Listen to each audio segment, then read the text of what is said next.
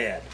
Because the mulch is going to really hold that water in. It's kind of like a sponge. It's going to, feed it in a little bit. It's going to, really keep the sun from pulling it right back out. So mulch would be one of those things that would really help.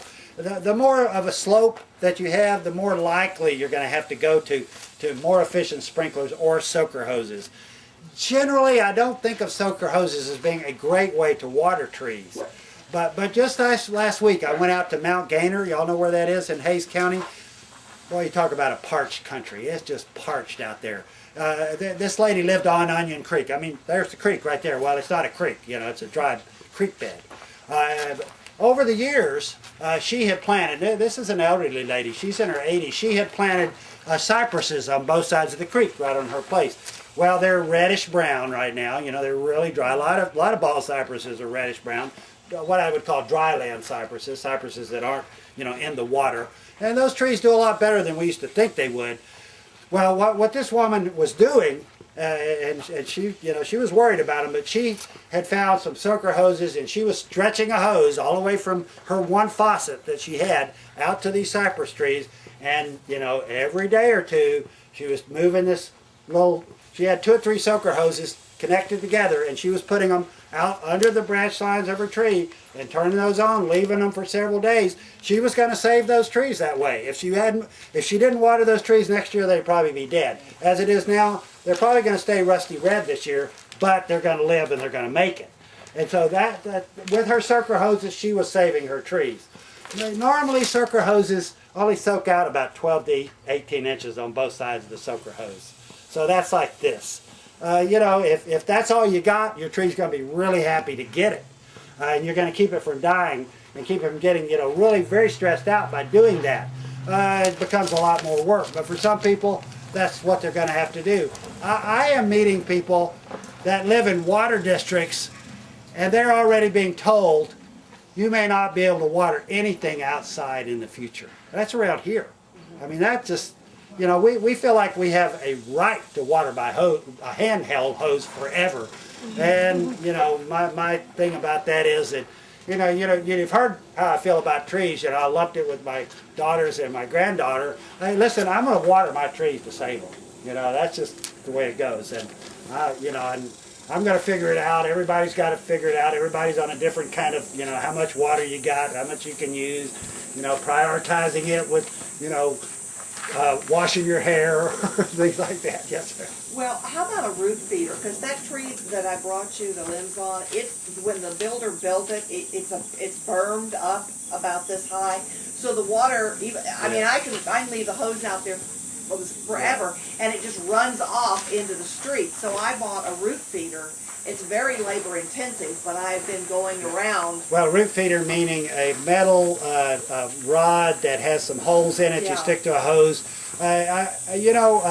That water helps trees, and of course, however you doesn't matter how you deliver it. It's very hard to even get it into the ground. I mean, exactly. I just moved in a year ago to start the mulching process. Well, it's a good to me. That's a really good way of breaking up the compacted soils and getting water in there.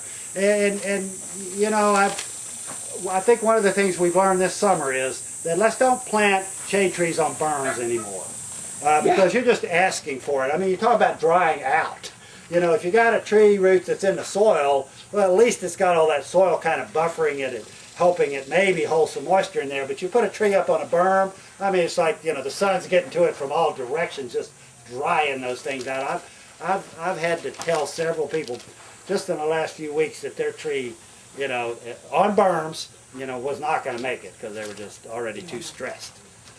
Yes, ma'am.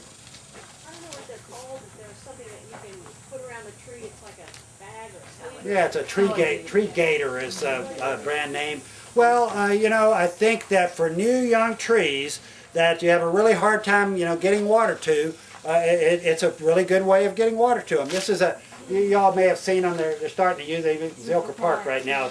They're green plastic bags that get put around the base of trees, and they'll hold 15, 20 gallons of water, and it just slowly feeds it right into the root ball. Well, that's, another way of delivering water very efficiently. Well, you have to have some kind of really, large container that you come around and put that water in those bags. So you got to really set up for much of that. But yeah, it's another way of delivering water that works. I want to make sure I understand what the sprinkler is you're talking about. You said it's a flat yellow sprinkler with no moving parts. Is it metal? Well, it's metal or heavy plastic. I mean, everything's getting changed to plastic these days. But yeah, it's about this big around, and it stands up about that high. And it got one little hole. Sometimes it's diamond shaped, sometimes it's round. Doesn't really matter. The hose screws right onto it. Not much of anything. No moving parts. One hole. So it doesn't have little holes? Doesn't have a bunch of holes. Oh. Nothing moving. Okay. It's not a ring with a bunch of holes. One little hole. It's every day that I do a consultation, I find people putting a hose out near their tree, off at the trunk, turning it on really slow. Really, not a very good way to water a tree. Around here, that water hit a crack and won't water anything. And so, at least put some kind of sprinkler on the end of your hose when you lay it out there, so that it distributes the water a little bit more efficiently. Rosina. Just wanted to say, if you don't have that one that you described, you have something similar that has several holes, no moving parts, made Yeah. in the US. Yeah. That's what I think was in my tree. Well, again, you just got to get that water out there. Yes, sir. What are standard signs that a tree's not getting water even though we think we're watering it enough? Different species are really different, but wiltiness. It's just like these plants on the ground over here are dry, and you can tell just by the way they look. The bigger leaf on the tree, the easier it is to tell. If they're drought stressed or water stressed, they'll wilt on you. The smaller the leaf gets, which means around here generally the more native, like cedar elm leaves. The reason our live oak leaves, our cedar elm leaves are little, and they're rough on the backside, is drought evolution. They've evolved, to transpire less, to work better. And so as you get to smaller leaves, what happens is you start having clusters of branches go brown on you. That's what's happening right now around. Now, the very first sign that a plant needs water is trees do this. Almost all plants do this. You'll have a few leaves turn yellow. It's a very easy thing to tell when trees are first getting dry. And in fact, one of our trees that you can kind of use as an indicator about when trees are really starting to need extra water, extra meaning, more than rainfall, is the bur oaks. And they did this a few weeks ago. It was really amazing. Across the region, in 1 week, the bur oak leaves, the internal first leaves went yellow. I said, okay, water this tree. That's what that meant. And just with some trees, it'll be spotty yellow leaves throughout. Well, that just means the tree is beginning to get a little thirsty. The more of those it has on it, the thirstier it is. And once it drops those, and with live oaks, they'll turn brown and drop. With cedar elms, they'll drop yellow. But once those start dropping, that's a little bit more stress. And so then you go from the individual leaf stress to sections of the tree.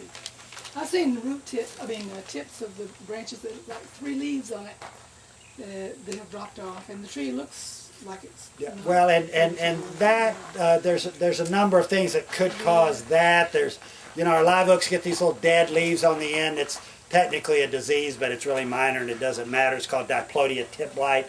Some years our live oaks have these little spotted dead ends on a lot of the branches. I just see these on the ground. I don't see that much. Yeah, well, and just trees simply shedding leaves. They're shedding, wanting to put on some new ones that work better. So shedding, when they're not supposed to be shedding, and of course around here, you have to watch out for that because our trees shed all the time. Questions, because we're going to have to wrap this up pretty soon. Yes, when you say shedding, I planted in April about a 30-pound loquat tree. Probably lost about 50% of its leaves. Well, loquat trees are, I think, beginning to be more and more appropriate for here. It's a tree it's a fruit. I consider it a fruit tree. Also, it's one of our better screen